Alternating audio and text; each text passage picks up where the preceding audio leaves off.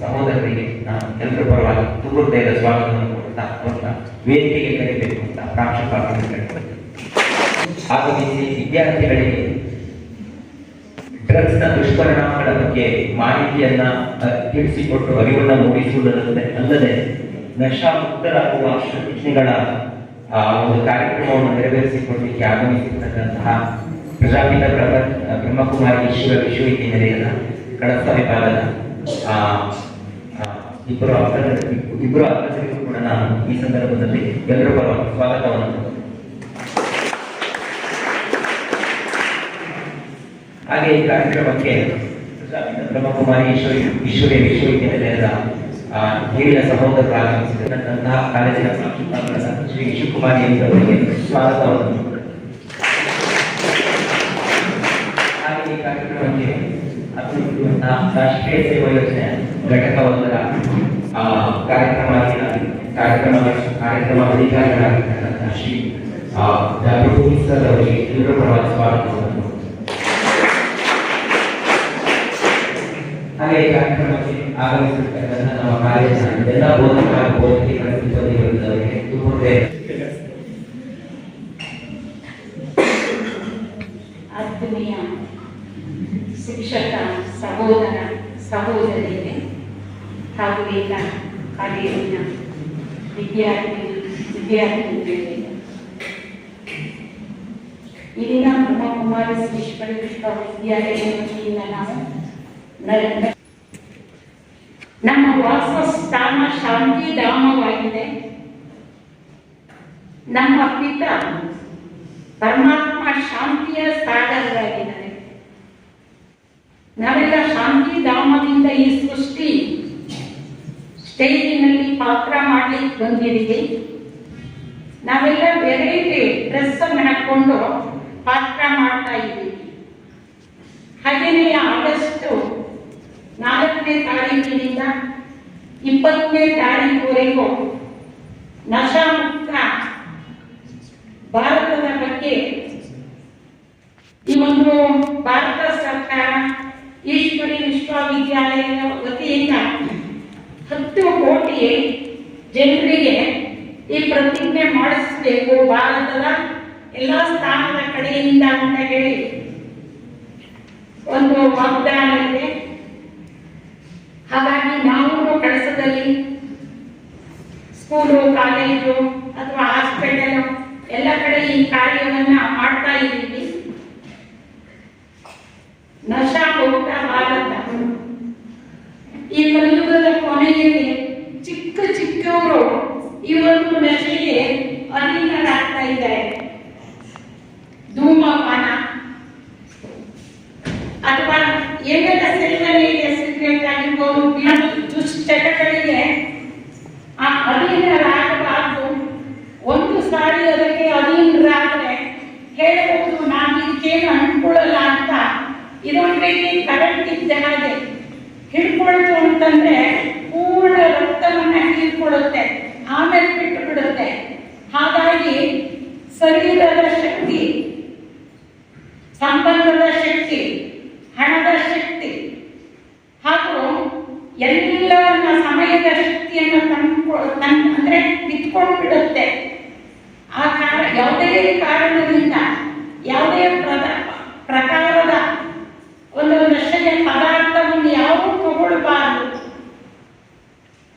ಒಂದು ವ್ಯಕ್ತಿ ಹೇಗೆ ದೇವಸ್ಥಾನಕ್ಕೆ ಹೋಗ್ತೀರ, ಎಷ್ಟು ಶೀತಲ ಶಾಂತಿಯ ಸುಗಂಧದ ಅನುಭವ ಮಾಡ್ತೀರ, ಅದೇ ಮನೆಯಲ್ಲಿ ಯಾರಾದರೂ ನಶೆಗೆ ಅಧೀನರಾದ್ರು ಅಂದ್ರೆ ಆ ಮನೆಯ ವಾತಾವರಣ ಹೇಗಿರುತ್ತೆ? ಅಥವಾ ಆ ಮನೆಯವರು ನೋಡಿ ಬೇರೆಯವರು ಏನು ಕಲಿತಾರೆ ಅದನ್ನೇ ಕಲಿತಾರಲ್ವಾ, ಬೇರೆ ಏನೋ ಕಲಿಲಿಕ್ಕೆ ಸಾಧ್ಯತೆ ಇಲ್ಲ. ಒಳ್ಳೆಯದನ್ನು ಕಲಿಯಲು ಬಹಳ ಕಷ್ಟ, ಕೆಟ್ಟದನ್ನು ಹೇಗೆ ಬೇಕಿದ್ರು ಯಾರಿಂದಲಾದರೂ ಕಲಿಬಹುದು. ಹಾಗಾಗಿ ಯಾವುದೇ ಸಂಘ ದೋಷದಲ್ಲಿ ಸಿಕ್ಕಾಕೊಳ್ಬಾರ್ದು. ಇಂತಹ ಒಂದು ಸಂಘ ಮಾಡಿಕೊಳ್ಬೇಕು, ಒಳ್ಳೆಯ ಸಂಘದಲ್ಲಿ ನಾವಿರಬೇಕು. ಅಂತ ಇಂಥ ಸಂಘವನ್ನ ಮಾಡಬಾರ್ದು. ಅವ್ರಿಗೂ ಸರಿಯಾದ ಮಾರ್ಗದಲ್ಲಿ ನಡೆಸುವಂತವರಾಗಬೇಕು. ಇವತ್ತೊಬ್ಬರು ಶಾಸಕರು ಉತ್ತಮ ಶಾಸಕರಾದ್ರೆ ಅವ್ರಿಗೆ ಎಷ್ಟು ಜನ ಗೌರವ ಕೊಡ್ತಾರೆ, ಪ್ರೀತಿ ಮಾಡ್ತಾರೆ. ಅವ್ರಿಗೆ ಆಶೀರ್ವಾದವನ್ನ ಮಾಡ್ತಾರೆ. ಹಾಗೆಯೇ ನಾವೆಲ್ಲ ನಮಗೆ ನಾವೇ ಶಾಸಕರು. ನಮ್ಮನ್ನ ನಾವು ಹೇಗೆ ನಡೆಸಬೇಕು, ಕಣ್ಣಿಂದ ಏನ್ ನೋಡ್ಬೇಕು ಏನ್ ನೋಡಬಾರ್ದು, ಬಾಯಿಂದ ಏನ್ ಮಾತಾಡಬೇಕು ಏನ್ ಮಾತಾಡಬಾರ್ದು, ಕೈಯಿಂದ ಏನ್ ಕೆಲಸ ಮಾಡಬೇಕು ಏನ್ ಮಾಡಬಾರ್ದು, ಕಾಲಿಂದ ಯಾವ ಮಾರ್ಗದಲ್ಲಿ ಹೋಗ್ಬೇಕು ಯಾವ ಮಾರ್ಗದಲ್ಲಿ ಹೋಗಬಾರ್ದು, ನಮಗೆ ನಾವೇ ಶಾಸಕರಾಗಬೇಕು. ಏಕೆಂದ್ರೆ ಪರಮಾತ್ಮ ಇಷ್ಟು ಒಂದು ಸುಂದರವಾದ ದೇಹವನ್ನು ಕೊಟ್ಟಿದ್ದಾರೆ. ಒಂದು ಅಂಗಾಂಗಗಳಿಗೆ ಏನಾದರೂ ವ್ಯತ್ಯಾಸ ಇದೆಯಾ? ಇದು ಬುದ್ಧಿ ಶಕ್ತಿ ಪ್ರಾಣಿ ಪಕ್ಷಿಗಳಿಗಿಲ್ಲ, ಮನುಷ್ಯನಿಗೆ ಬುದ್ಧಿ ಶಕ್ತಿ ಇದೆ.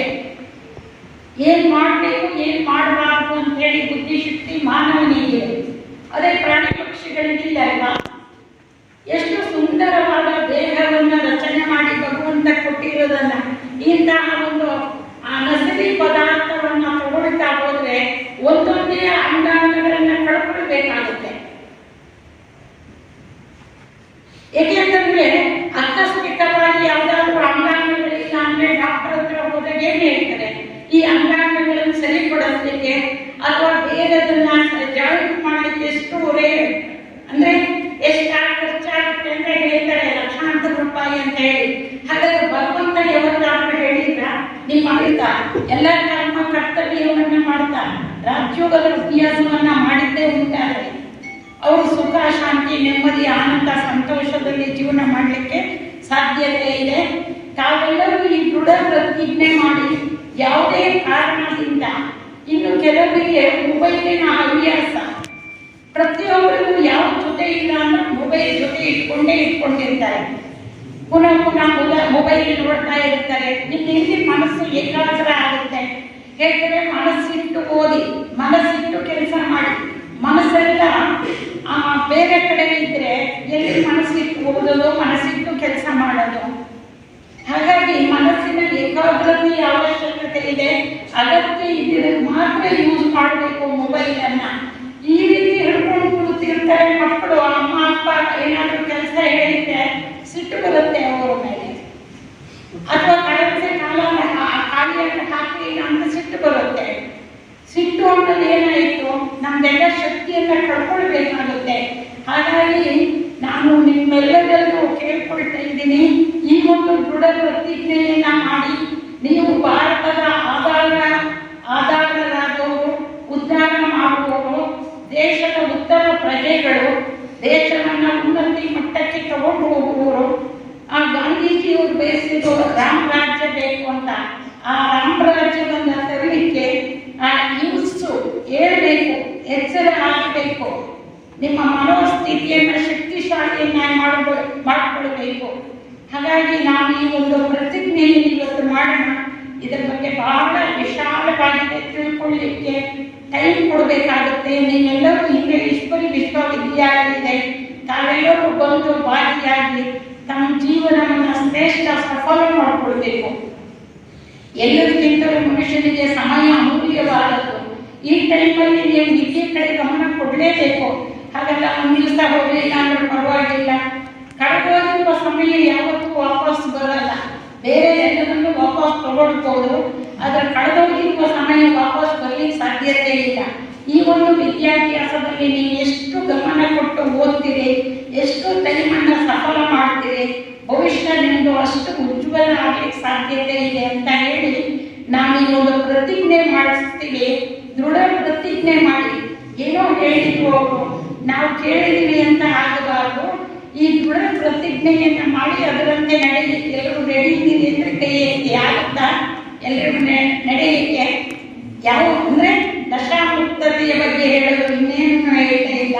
ಆಗುತ್ತಾ ಪ್ರತಿಜ್ಞೆ ಮಾಡಿದಾಗ ನಡೆಯಲಿಕ್ಕೆ?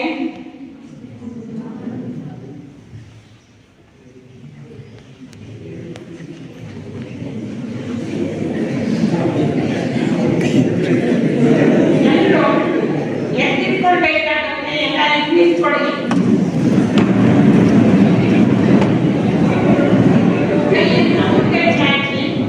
ಯಾವ ನಿಶಬ್ದವಾಗಿದೆ.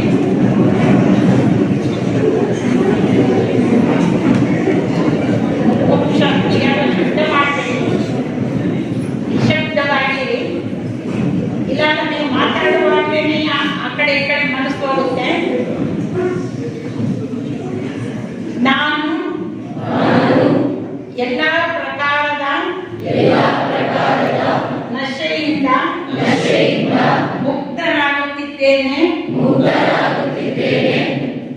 ನಾನು ನನ್ನ ಆರೋಗ್ಯದ ಕಡೆಗೆ, ಮನಸ್ಸಿನ ಕಡೆಗೆ, ಸಕಾರಾತ್ಮಕ ಚಿಂತನೆಯ ಕಡೆಗೆ ಗಮನವನ್ನು ಕೊಡುತ್ತೇನೆ. ನನ್ನ ತನುವಿನ ಶಕ್ತಿ, ಮನಸ್ಸಿನ ಶಕ್ತಿ, ಸಮಯದ ಶಕ್ತಿ ಇದನ್ನೆಲ್ಲ ಸದುಪಯೋಗ ಮಾಡುತ್ತೇನೆ. ನಾನು ಎಲ್ಲ ಪ್ರಕಾರದ ನಶೆಯಿಂದ ಮುಕ್ತನಾಗುತ್ತಾ ಮನೆಯವರನ್ನ ಮುಕ್ತ ಮಾಡುತ್ತಾ ನನ್ನ ಊರನ್ನ, ನನ್ನ ಭಾರತ ದೇಶವನ್ನ ಎಲ್ಲ ನಶೆಯಿಂದ ಮುಕ್ತ ಮಾಡಲಿಕ್ಕೆ ಪ್ರಯತ್ನ ಪಡ್ತೀನಿ. ಇದು ನನ್ನ ದೃಢ ಪ್ರತಿಜ್ಞೆ ಆಗಿದೆ.